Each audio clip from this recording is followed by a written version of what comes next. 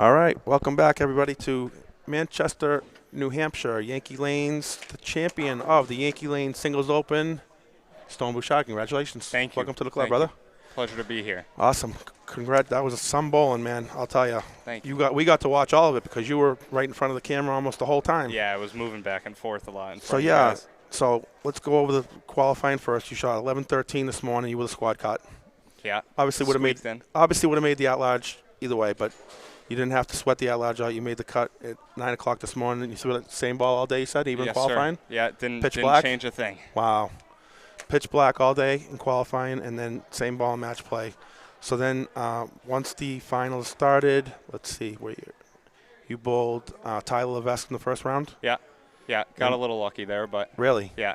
Yeah. So that was the one match. You were up that end. We didn't get to see any of that. Didn't get to see, yeah. So you got okay. So that was a tight squeeze. From what you're telling me. Yeah. What happened? In the 10th frame, I left a 3-9-10. Yeah. And I basically threw it right at the 3-9 and got lucky, and it came out and hit the 10.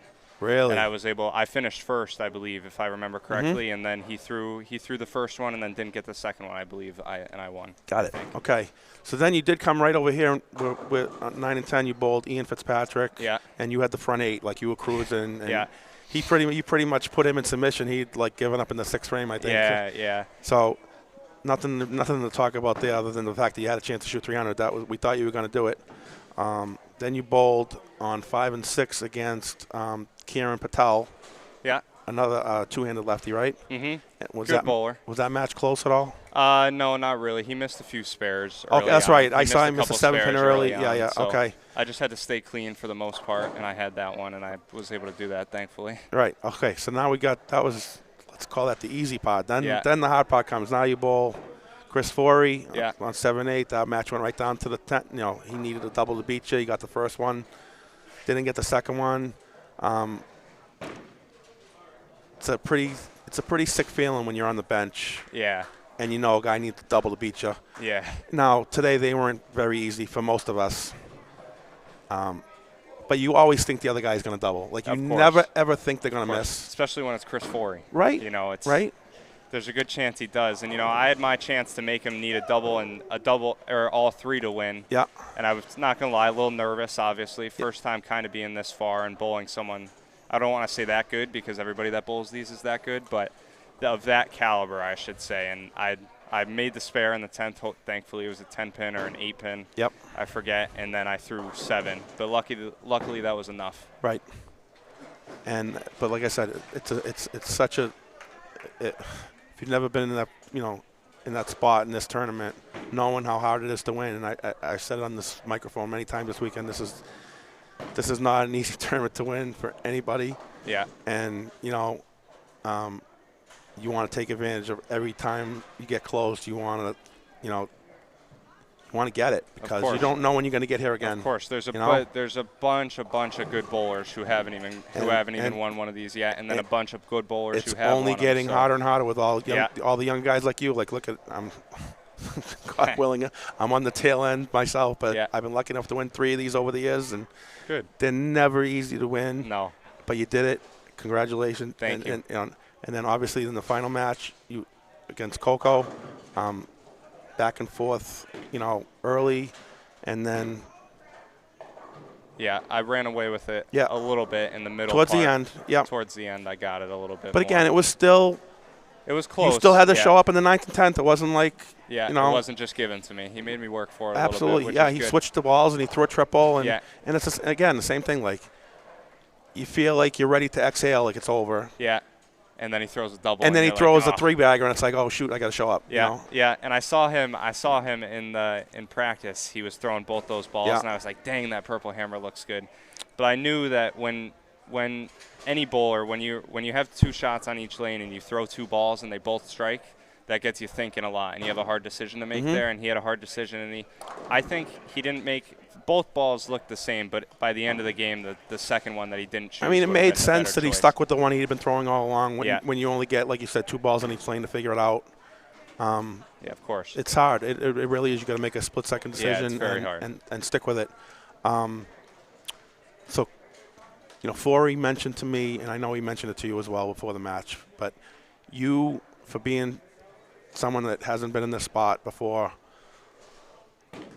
manage your tempo and your emotions so good. Yeah, that was one of the biggest things that I was taught. So good. Like, you didn't excessively celebrate once. Like, you threw a strike, you turn around, you walk back. Yeah. Like, I never heard you speak a word until you got next to me. Like, I never even knew what your voice sounded like. So, that was something, it was very impressive to watch. Thank you. I try to keep it like that. It helps keep me focused. If I get riled up with everybody, like my buddies back there and everything, it makes it a lot harder for me to focus when I get up there. It's almost like some people can focus when they step on the approach. I almost have to stay focused the whole time. Something like that. It just helps me think better when I'm up there and stuff like that. It definitely helps. People have a tendency to get overexcited, and then it follows through onto your next shot. Yeah. And you're throwing out the window. Yeah. You're throwing a little hard, and you wrap 10. But man, I'll tell you, you did it, and Thank it was you. very impressive from start to finish. Thank you. I'm gonna let you talk. You give yourself 2-3 minutes, whatever you want, to thank whoever you want to thank. Go down the line, all your friends that were here rooting, and. Perfect. Yeah, I'd like to start off with my friends and family, obviously. My dad, my mom, my girlfriend. They were always supporting me. They were watching. I texted my dad after I won the semifinals, and I go, NEBA Facebook Live. He goes, oh, are you in it? I go, no, I'm just texting you to watch these other two guys bowl. That's what I said to him. That's what I said to him before we started bowling the match. I was like, nah, I'm just texting. But yeah, of course, all those people. My girlfriend Megan was watching it for the first time, so that was cool. Love her. Pete and Zach were here rooting me on in person. Then there's Jack, who used to be a bowler, but he's not really into it anymore, but he got me into it real good. So I thank him. I thank Marcel Lassard and Lassard Lanes, everybody over there. That's my home house where I practice. They make it very easy and laid back to practice there. I thank Rich Reynolds and Bullwinkles. It's where I get all my balls drilled. Best balls in the state, I think. That's why I get them drilled there.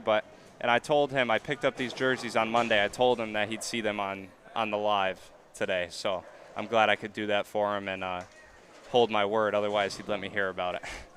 Well, you know what? Now that you say that, let me say this. I won my second NEBA in Laurel Lanes. Before it was Lassard Lanes, but Marcel was involved back then. So that place has a special place in my heart as well. So yeah, it's very good. They're very good to me over there, and I'm very grateful for that. That's good.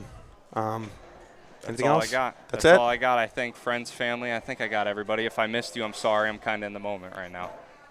I'm sure everyone will understand. Yeah. It's very overwhelming when you break through. Yeah. But it didn't take you long. So thank you. Congratulations. Thank you. All right, guys, we're gonna wrap up. I'm gonna tear down this equipment. He's got a long drive home. Yeah. I'm going to go home and try and watch the rest of the Patriots game. Nice. Congratulations. Thank you. You get a free entry in the Tournament Champions, which is in East Providence in November, I believe. So nice. Cool. Along with the prize money you got today, you get a free entry in that tournament. And they're whooping it up in the back here, all your buddies. They were trying to. All right, let's get going. Congratulations. We'll see you. And we'll see you at the Tournament Champions. All right, guys. Thanks a lot for tuning in. Good job.